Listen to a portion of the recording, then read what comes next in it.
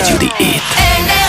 92.1. Devinez qui on a réussi à rejoindre dans le Drummond Matin, nul autre que l'ancien coach des Voltigeurs et le coach actuel d'une équipe qui s'en va en finale de l'Est. Guy Boucher est en bout de ligne. Salut Guy! Salut! Bonjour. Hey, salut Guy, merci d'avoir retenu notre appel parce que tu dois être ultra occupé ces temps-ci, mais je pense que t'as jamais oublié tes racines drummondvilloises, mon Guy, hein?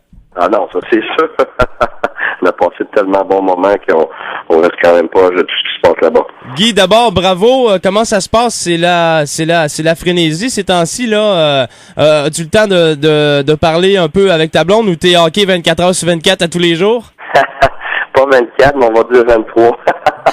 Ça commence à faire pas mal d'heures. C'est difficile là, par rapport à la famille, mais on s'en attendait, même par contre les enfants, même s'ils s'en attendent, sont toujours un petit peu déçus de voir que papa est jamais là, mais c'est quand même pour on sait jamais combien de temps ça arrive, combien de fois ça peut arriver dans une carrière dans le national. C'est très très difficile de faire les séries éliminatoires puis de se rendre en finale de la conférence. Là, c'est déjà un accomplissement. On va savourer ça. Guy, ce serait une question niaiseuse de te demander comment tu apprécies ton expérience jusqu'à maintenant. Tu dois être dans un monde assez spécial à l'heure actuelle. Comment ça se passe la saison, ton arrivée dans la Ligue, les séries éliminatoires également? Pour être franc, c'est un peu étourdissant.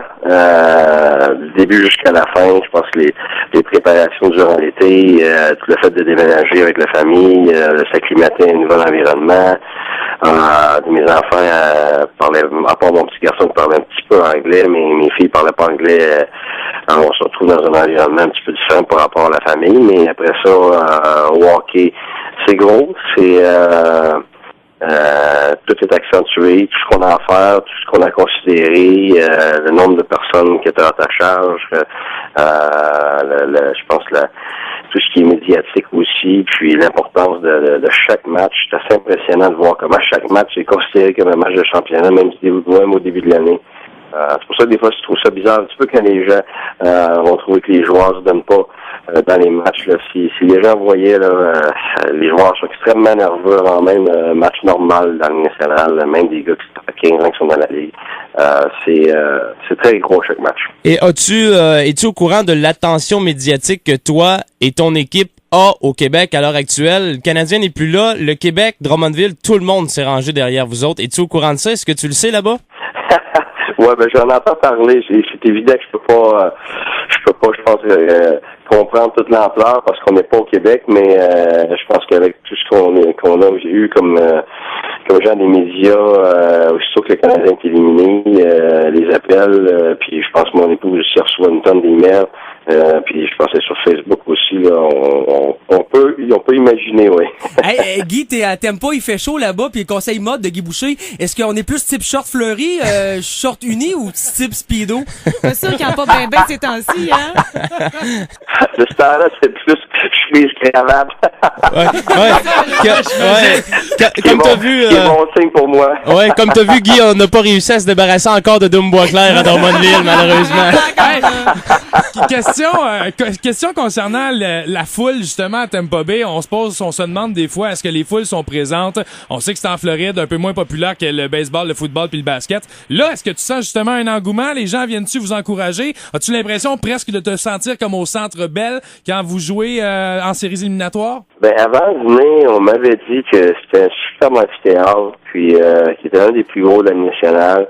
Et puis dans les années où le Lightning avait eu du succès, ça avait été extraordinaire, mais ça fait plusieurs années que le Lightning n'avait pas eu de succès. Donc la base de partisans s'était éloignée un peu, était réticente au début. Par contre, on a eu une moyenne de tout près de 18 000 cette année. Partisans. Donc, on a réussi là après les 2-3 premiers mois à ramener les gens dans l'amphithéâtre. Puis ça s'est poursuivi. Puis après Noël, évidemment, parce qu'on bataillait pour la première place, on a pris beaucoup de place dans la ville, dans la région. Surtout que les Buccaneers dans la NFL, ça a été moyen. Et au baseball, par contre, ça va bien, mais l'amphithéâtre est très mal placé. Donc, les gens se déplacent pas nécessairement pour aller voir ça. Donc, on a l'air de l'enfant chéri ici là, pour à ce moment-ci de l'année. C'est assez impressionnant. Ben, écoute, on te souhaite bonne chance à toi et ton équipe pour la finale de l'Est, justement. On espère que tu vas venir nous visiter avec la Coupe Stanley cet été à Drummondville, Guy. Ouais, je pense qu'on va commencer par le premier match de la prochaine série. On va en avoir plein les votes. Ouais, mais tu sais comment on est. On s'emballe un peu. Guy, merci beaucoup. On sait que t'es ultra occupé. T'es gentil d'avoir retourné notre appel aussi rapidement. Un gros merde. Ouais. Et je te le dis, là, Drummondville parle de toi et du Lightning à tous les jours depuis 2-3 semaines. Alors, un gros merde, puis on te dit merci. Ah, ben merci. On apprécie beaucoup. Puis, c'est évident qu'on s'ennuie des gens de chez nous. Puis à Drummondville, ben, ça a été une place extraordinaire où on a eu beaucoup de plaisir. Hey, bonne chance. Bon vendredi. On s'ennuie de toi, Guy.